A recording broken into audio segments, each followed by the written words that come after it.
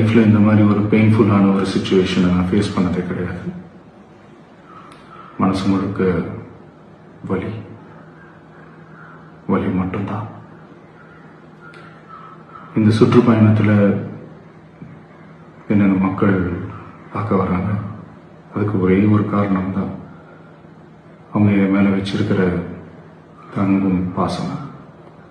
அந்த அன்புக்கும் பாசத்துக்கும் நான் எப்பவும் கடமைப்பட்டிருக்கிறேன். அதனால தான் இந்த சுற்றுப்பயணத்தில் மற்ற எல்லா விஷயங்களையும் தாண்டி மக்களுடைய சேஃப்டி, அதில் எந்த காம்ப்ரமைஸும் பண்ணிடக்கூடாதுன்றதுக்காக தான் அது என் மனசில் ரொம்ப ஆழமாக இருக்கும் அந்த எண்ணம். அதனால தான் இந்த அரசியல் காரணங்கள் எல்லாத்தையும் தவிர்த்துட்டு ஒதுக்கி வச்சுட்டு மக்களுடைய சேஃப்டி மட்டும் மைண்டில் வச்சுக்கிட்டு அதுக்கான இடங்களை சூஸ் பண்ணுறது, அதுக்கான இடங்களை பார்த்து பெர்மிஷன் கேட்கறது, போலீஸ் டிபார்ட்மெண்ட்டில் அதை ரிக்வெஸ்ட் பண்ணி கேட்போம். ஆனால் நடக்கக்கூடாதது நடந்துருச்சு. நான் மனுஷன் தானே. அந்த நேரத்தில் அத்தனை பேர் பாதிக்கப்பட்டு இருக்கும்போது எப்படி அந்த ஊரை விட்டுட்டு என்னால் கிளம்பி வர முடியும்?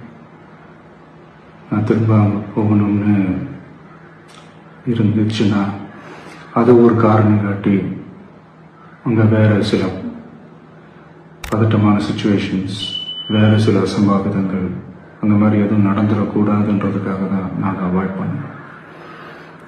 இந்த நேரத்தில் சொந்தங்களை இழந்து தவிக்கிற இத்தனை குடும்பங்களுக்கும் என்னுடைய ஆழ்ந்த இரங்கலை தெரிவிச்சுக்கிறேன். எனக்கு தெரியும், என்ன சொன்னாலும் இது ஈடையாகாதுன்னு எனக்கு தெரியும்.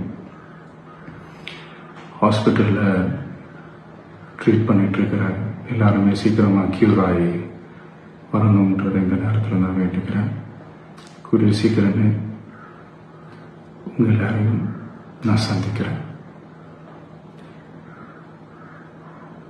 இந்த நேரத்தில் எங்களுடைய வலிகளை, எங்களுடைய நிலைமையை புரிஞ்சுக்கிட்டு எங்களுக்காக பேசின அரசியல் கட்சிகளை சார்ந்த நண்பர்கள், தலைவர்கள் அனைவருக்கும் என்னுடைய நன்றியை தெரிவிச்சுக்கிறேன்.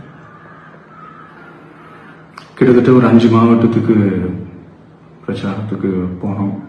இந்த மாதிரி எதுவுமே நடக்கல. ஆனால் கரூரில் மட்டும் ஏன் எப்படி நடக்குது, எப்படி நடக்குது?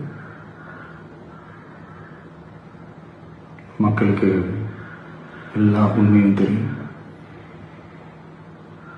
மக்கள் எல்லாத்தையும் பார்த்துக்கிட்டு இருக்கிறாங்க. கரூரை சேர்ந்த அந்த மக்கள் அந்த உண்மையெல்லாம் வெளியில் சொல்லும்போது எனக்கு கடவுளே நேரில் வந்து இறங்கி அந்த உண்மைகள்லாம் சொல்கிற மாதிரி எனக்கு தோணுச்சு. சீக்கிரமே எல்லா உண்மைகளும் வெளியில் வரும்.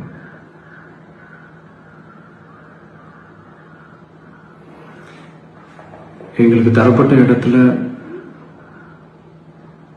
நாங்கள் போய் அந்த ஸ்பாட்ல நின்று நாங்கள் பேசிட்டு வந்தோம். அதை தாண்டி எந்த தவறும் எங்கள் சைடில் நாங்கள் எதுவுமே செய்யலை. பட் இருந்தாலும் எங்கள் கட்சியை சேர்ந்த நிர்வாகிகள், தோழர்கள் மேலே எஃப்ஐஆர், அது மட்டும் இல்லை சோஷியல் மீடியாவை சேர்ந்த நண்பர்கள், தோழர்கள் அவங்க மேலே எஃப்ஐஆர்லாம் போட்டு இப்போ பிடிச்சிக்கிட்டு இருக்கிறாங்க.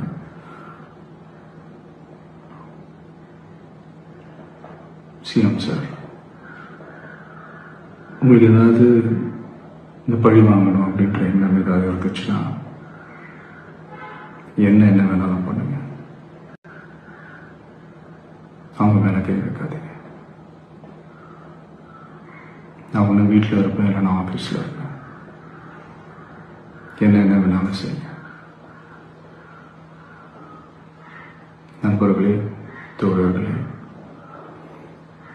நம்மளோட அரசியல் பயணம் இன்னும் ஸ்ட்ராங்கராக, இன்னும் தைரியத்தோட கண்டினியூ ஆகும்.